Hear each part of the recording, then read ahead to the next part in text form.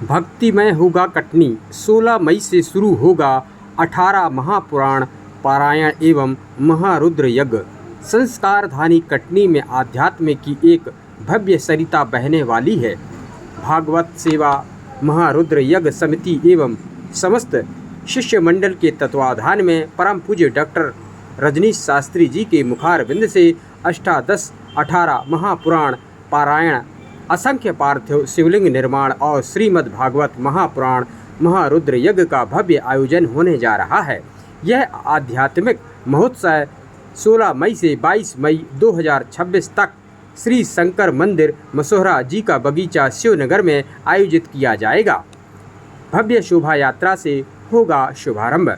यज्ञ की शुरुआत 15 मई 2026 को शाम 5 बजे एक विशाल शोभा यात्रा के साथ होगी। यह कलश व शोभा यात्रा दक्षिण मुखी हनुमान मंदिर कमानिया गेट से प्रारंभ होकर शहर के मुख्य मार्गों से होते हुए आयोजन स्थल मसोहरा जी का बगीचा शिवनगर में संपन्न होगी।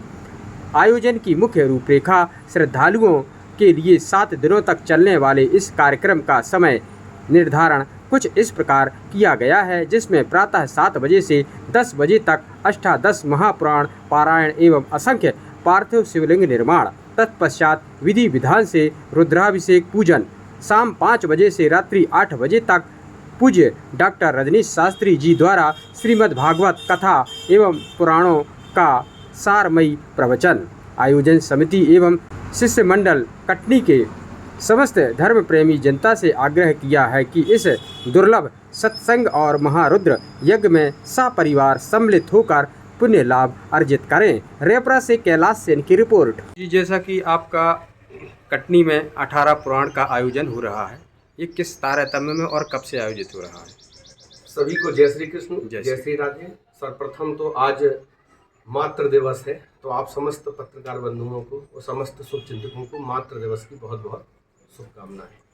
दूसरा, हमारे सनातन धर्म में एक पुरुषोत्तम मास होता है जो प्रत्येक 3 वर्ष में आता है।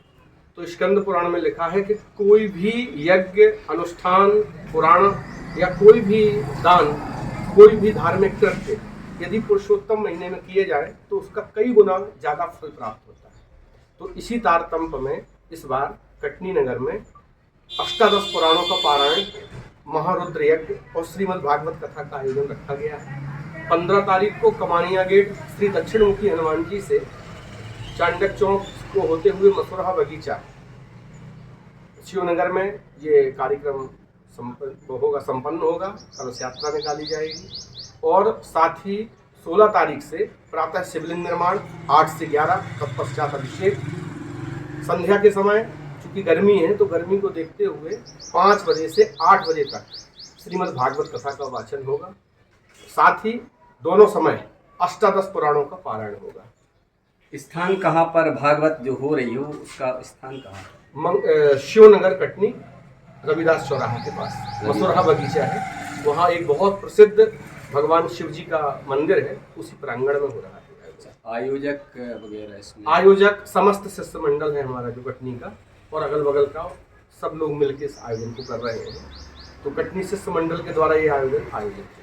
जैसे गुरुजी रेपुरा प्रक्षेत्र से शिष्य मंडल पहुंचेगा भारी संख्या में, वहाँ उनके रुकने वगैरह की व्यवस्था क्या कैसी रहेगी? जैसे भक्त समुदाय वहाँ, चूँकि मेरा ये गृह ग्राम है और मुझे सब चाहने वाले भी हैं, मेरे सब भाई बंधु हैं, तो जहाँ जहाँ कार्यक्रम होता है शिष्य मंडली पहुँचती है अधिक मात्रा में, तो उन सब के लिए आवास व्यवस्था और भोजन व्यवस्था भी की गई जी। वो सब शिष्य मंडल के द्वारा संपन्न होगा।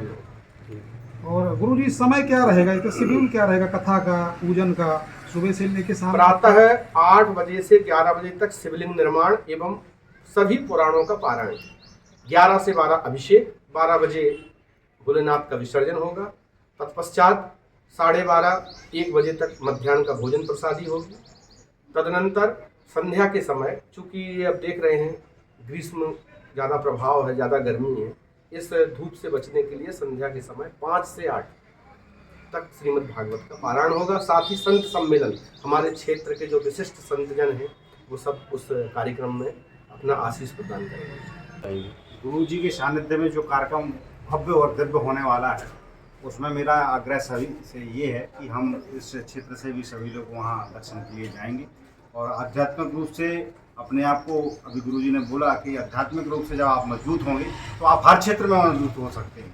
तो ये आध्यात्मिक और ये धर्म एक माध्यम है जीवन में अपना उन्नति करने के लिए लोगों का। तो मेरा आग्रह तो यही है सभी से कि सब लोग धर्म के आधार पर, अध्यात्म के आधार पर जुड़ के और अपने आप की और अपने क्षेत्र की उन्नति करें और अपना परिवार आगे बढ़ाएं, बच्चों को पढ़ाएं लिखाएं और आगे बढ़ाएं।